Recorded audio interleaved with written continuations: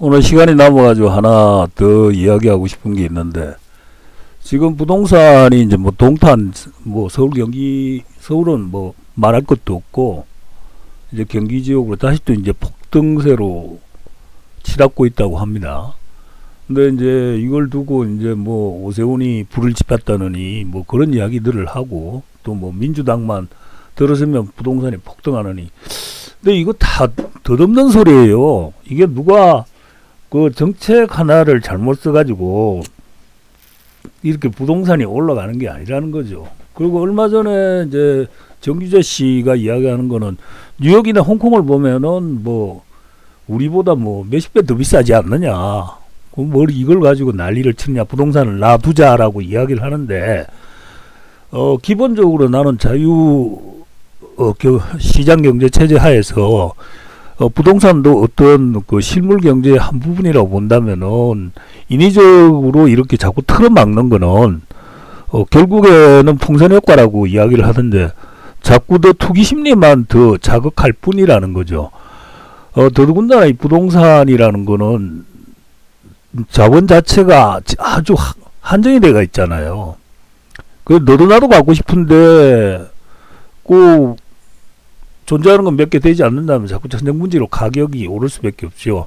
그래서 얼마 전에 블로그에 다 올렸는데, 워낙 망상에 가까운 이야기 같아서 그만두려고 말았는데, 오늘은 조금 이제 유튜브를 통해서도 이야기를 좀 해서 누군가가 좀 들어서 좀 생각을 좀 해봤으면 하는 차원에서 다시 말씀을 드립니다.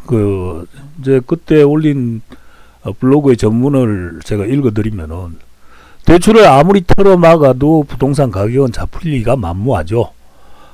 저 역시 급감하는 인구 탓에 언젠가는 떨어지겠거니 했지만은, 그건 지금 생각해보면은 정말 너무나도 순진한 생각이 아니었나 싶습니다. 자유경제 체제 하에서 절대적인 제1원칙은 수요와 공급입니다. 수요와 공급의 원칙이죠. 그래서 이를 무시한 인위적인 정책은 언제나 시장의 왜곡을 가져온다는 게 제 생각입니다. 이와 조금 동떨어진 비유인지 모르겠지만은, 자신의 기를 자른 미치광이 화가 빈센트 반 고흐의 그림을 예를 들어 보자고요. 솔직히 말씀드려서 문외한들 눈에는 그 그림이 아주 위치하기 짝이 없어 보이지만은, 가격은 해마다 오르고 있습니다. 천정부지로 올라가지고 이제는 뭐 도저히 우리나라 이재용 씨도 함부로 손댈 수 없을 만큼 가격이 비싸졌죠. 왜 그런가? 이유는 단순하죠. 없거든요.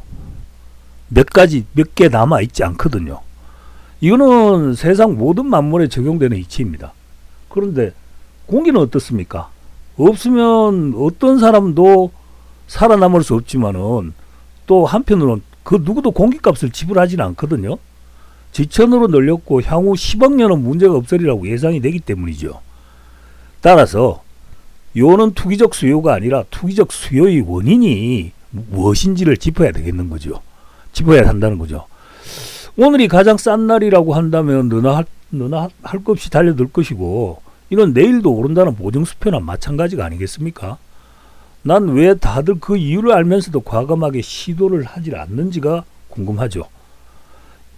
한편 일본은 과거 부동산 거품의 시기에 도쿄 주변에 쌓아올린 위성도시들의 공동화로 지금 골머리를 썩고 있죠. 뭐 일부 중국인들이 유입돼가지고 그걸 채운다고는 하지만은 유령도시화 되는 건 기정사실입니다. 그리고 그 뼈아픈 20여 년의 세월이 흘렀지만 그런데 도쿄 중심지의 가격은 원상 회복되고 있다고 하죠. 이상하죠. 주변은 유령도시인데 중심지는 가격이 다시 오르고 있다. 그런데도 그 안에는 유령 빈집들이 되게 많다는 그 다큐멘터리가 얼마 전에 나왔어요. 이것은 무엇을 입증하는가 하면은, 수요의 원인을 잡지 않으면 어떤 시도도 먹혀들 수가 없다는 뜻입니다. 서울 집값의 원인은 고흐의 그림처럼 희귀성 때문이고, 그 희귀성은 다름 아닌 망국적인 교육 열풍이죠.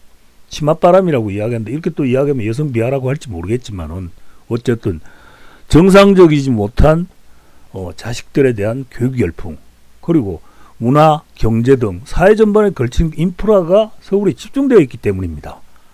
나 이 중에서 가장 큰 동인을 꼽으라면 단연 교육 인프라입니다. 사실은 모든 문제는 여기서 출발하고 있죠. 좋은 대학에 가서 좋은 직장을 잡고 다음 세대를 보다 풍요롭고 윤택한 삶을 보장해주기 위해서 서울로, 강남으로 몰려들고 있고, 이 중심에는 여러분들이 다 아는 인서울대학이란 존재들이 뿌리도 깊게 자리하고 있습니다. 자, 길게 말해봐야 소용없습니다. 난 지금이라도 현 정부가 당장이라도 30년 후를 내다본다고 전제를 깔고 서울 소재 대학들의 지방 이전을 추진해야 된다고 봅니다. 멋진 청사진을, 그리고 국토익 구형발전이라는 대명제를 내걸면 누가 반대하겠어요? 서울의 이재명 씨 그 공약 중에 하나가 서울대 10개를 지방에 세운다고 했는데, 그거 완전 내가 보기에는 헛소리입니다. 세금만 잡아먹고 부동산 투기만 조장할 뿐이죠. 그러나 서울, 인천, 경기를 빼고 모든 그 서울 여기에 소재해 있는 대학들을 지방으로 이전한다고 하고, 응하지 않는 대학은 대학 그 정부 보조금이나 교금에서 제외한다고 한 생각을 해보십시오. 서울대도 예외가 없어야 됩니다. 일단 발표만 하면 어떻게 되겠습니까? 서울에 더 이상 있을 이유가 없죠. 강남 8호권이 어디 있습니까? 당장 내일부터 부동산이 폭락하기 시작할 겁니다. 그런데 서울에 대학 없다고 해서 나라 망하지 않습니다. 또 한 일각에서는 전국적인 투기 수요가 생긴다고 난리치겠지만은, 실제 대학이 들었으며 서울의 인프라가 전국적으로 다 뿌려지게 되면은 국토 균형 발전이라는 우리가 그 생각 모두가 공감하는 주제에 대해서 대만족이 하게 되는데 무슨 문제가 있겠어요? 요는 이거를 당장이라도 해야 된다라는 게 아닙니다. 당장이라도 해야 될, 발표만 해두고 10년, 20년 장기 과제로 둔다라는 그런 밑밥을 좀 깔아야 되겠죠. 자, 생각해 보십시오. 지금 지방에 그 폐교된 대학들 많습니다. 그 대학들 건물을 사립학교 그 비리 사학들한테서 뭐 반강제로 회수를 하든지 헐값을 주고 인수를 하든지 해가지고 서울 시내에 있는 대학들한테 그 부지를 무상으로 주겠다. 그리고 거기에도 캠퍼스를 이전하고 서울 땅을 다 비워준다면 정부에서 모든 지원을 아끼지 않겠다. 장학금이나 이런 거. 그리고 난 다음에 만약에 이게 실제화가 되고 서울 시내 소재에 있는 대학들이 전부 다 지방으로 간다. 그럼 빈터에는 뭐를 할 거냐?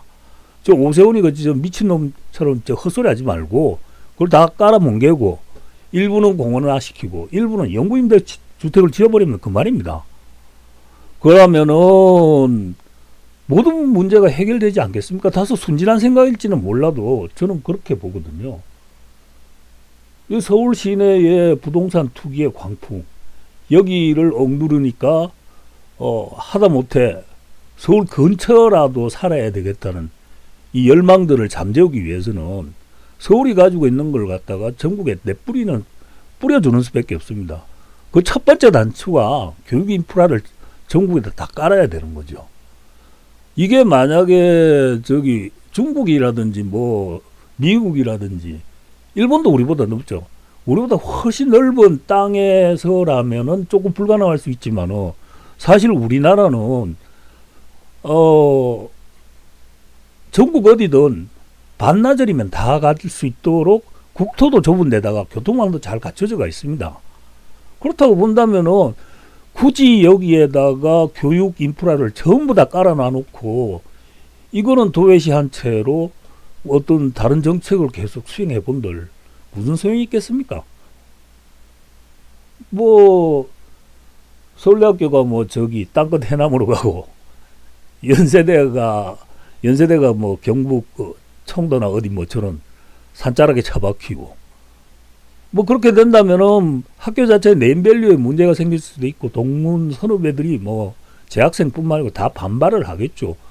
하지만은 미래 세대를 생각한다면은 결국에는 그 먼저 앞서 내다보고 정부의 시책에 발맞춰 나가고 그렇게 하는 대학들은 또 나름대로 명성을 유지하지 않겠습니까? 제가 보기에는 그런 생각이 많이 듭니다. 뭐 좀 헛소리 같겠지만은 글쎄요 어떻게 생각하실지 모르겠네요. 이상입니다.